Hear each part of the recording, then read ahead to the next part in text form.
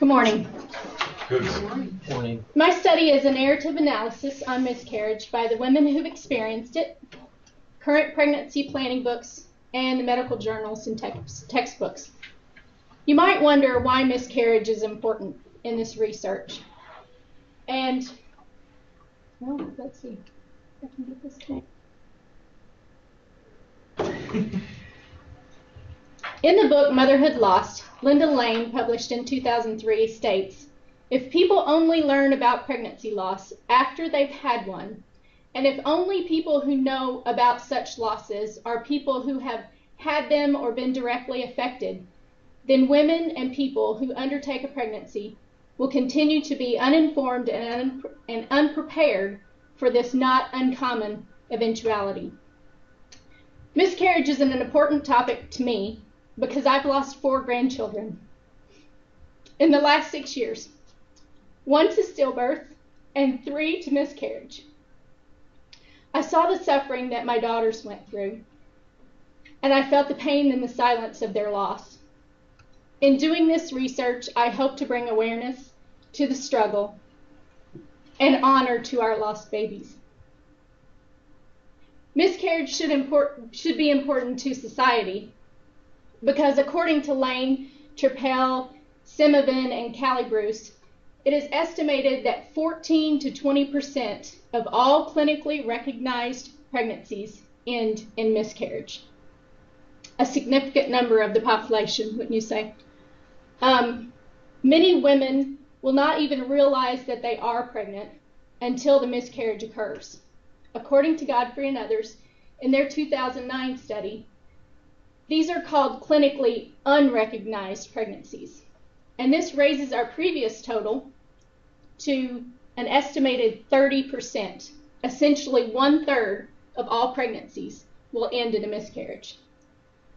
Of those who experience a pregnancy loss, 80% of those will occur in the first 12 weeks or the first trimester.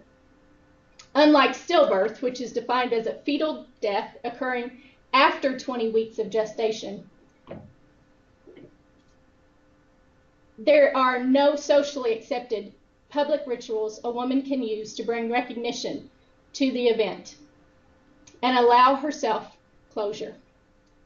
The women are left to suffer in silence, their loss, the death of their potential child, unrecognized.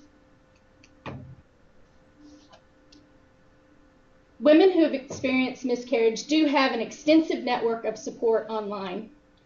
There are many websites dedicated to the topic and provide the women with ways to express their pain and work through it.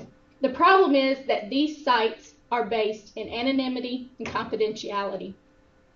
If the voices of these women are going to be heard, it must emerge from the cyber world and into our face-to-face communications. It's my belief that for this to happen, we must first look at the way miscarriage is defined and described by the women who've experienced it.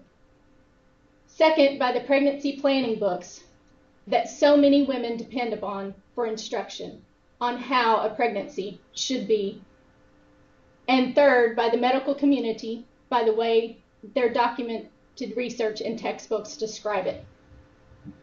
I'm implementing a phenomenological perspective in respect to understanding how the person experiences the phenomenon and how they define the experience. I'm building off Lane's previously mentioned research of the woman's experience using her methods to analyze the narratives of women who have posted to current miscarriage support groups and blogs. This will allow me to determine the woman's definition and description of the experience of miscarriage. I'm also examining the narrative meaning of miscarriage in the pregnancy planning books and the medical publications. I'd like to share with you a snippet of my preliminary findings. For the woman who's experienced miscarriage, she defines the term in this way: a loss of a part of myself, a loss of future hopes and dreams, a loss of identity. I'm no longer a mother. A loss of a child, not a potential child. These women often have already assigned personhood to these babies at a very early stage in the pregnancy. They've described the experience as traumatic, a feeling of emptiness, failure, loneliness, and silence. One woman interviewed by Alan Marks for their book, Miscarriage, Women Sharing from the Heart, was quoted as saying, "What else would I like people to do? Not act like it was a bowel movement. Like you're supposed to flush the toilet, wash your hands, and walk away. You're not supposed to be emotional. They'd be much more sympathetic if you told them you ran over your cat." Pretty profound statement. Early analysis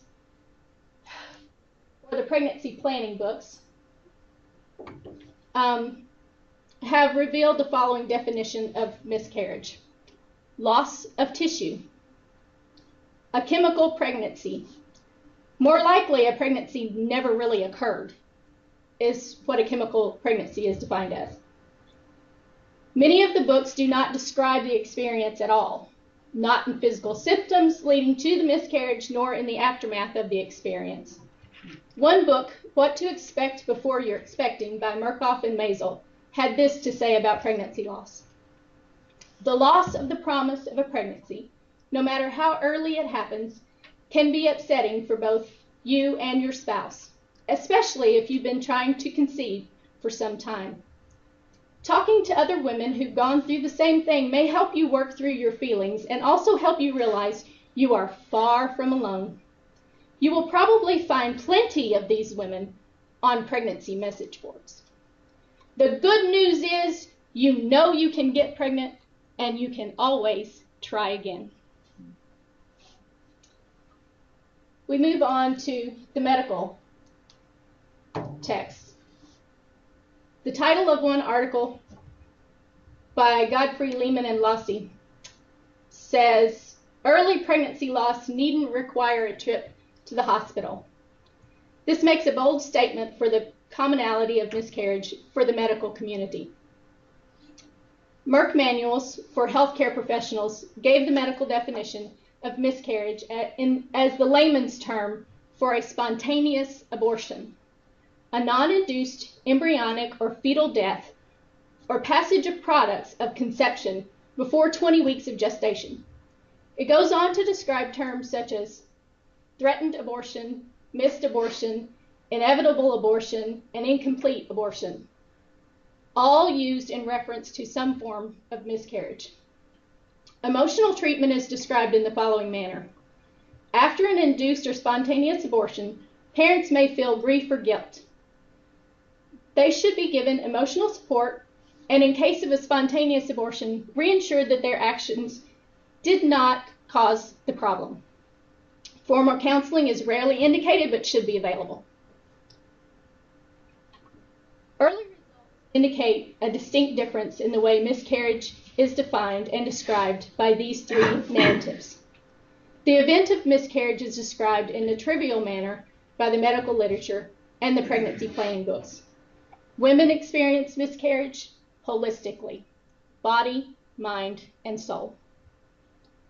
In conclusion, the desire for this study is to begin a dialogue which will bring women's experience of miscarriage into the face-to-face conversations and provide all women, all people, with an understanding of the miscarriage experience.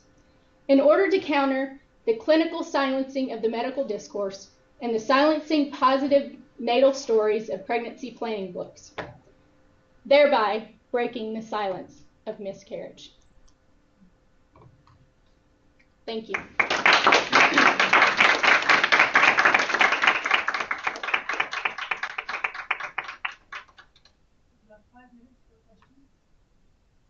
Yes.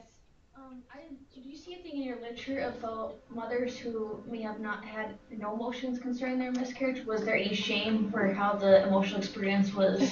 There have been women who have said that they didn't have any emotions about it, that they weren't excited about the pregnancy, and so therefore whenever they lost the pregnancy, they really didn't have any emotions at the time. Usually these women say that they sometimes will feel guilty for not having any emotions, and some of them will even say that later on in years to come, they will look back on that experience and then the grief will take over. Oftentimes, whenever they have another death in the family or something like that, it will kind of precipitate those grieving emotions to come into play. Sure. Yes? Very well presented. Thank you. I understand you're focused on the women's experience, but I wonder if you came across anything that does talk about the partner as well, and if yes, you know their experience. There has been a few studies done on men. The men portion of it is not included as much, and a lot of times the men's view comes through the women. It is said that men do not connect to the children as early as the women do. This is kind of a debated topic because they say with early detection and early sonograms, it becomes a more real thing for both parents at an earlier stage. But they do say that men have a tendency to not express their emotions in an effort to be strong for their wives whenever they're going through this issue. Yes? I thought that was fascinating. I wonder, do you have any ideas about how you might combat the reaction that sort of the cultural trend that, oh, this is just women being overly emotional? That topic has been discussed, and there's been some indication that the feminist movement could have something to do with that, because at this particular point in time, miscarriage has not been addressed by the feminist movement, and there's some debate as to how their voice in this matter might affect the abortion issue, in the matter of choice. And so we're thinking that if the feminist movement could get behind this issue and bring it out as a women's issue, then there might be a little more, understanding about this is just not emotions, that this is a true grieving process that these women go through. Some of these women can grieve up to 18 months. Thank you. Any other questions? Yes? Like there's postpartum depression after a birth. Yes. Is there any sort of psychological research or research just in general into the idea of there being sort of a similar sort of like depression? There's nothing documented that there is a similar sort of depression that goes on with women who have miscarriage, and that's one of the things that is lacking, because women who have had their children go to the doctors with their children and they have to fill out surveys about how do you feel, even whenever you go to see your pediatrician, they want to know, are you depressed, are you crying, do you there's nothing like that for women who have miscarriages. Oftentimes they present themselves at the ER as long as the uterus is evacuated, without having to have assistance. They go home within a few hours, and if they have contact already seen their gynecologist, about the pregnancy before, then they will have a follow-up visit. Otherwise, they don't even have follow-up visits. Thank you.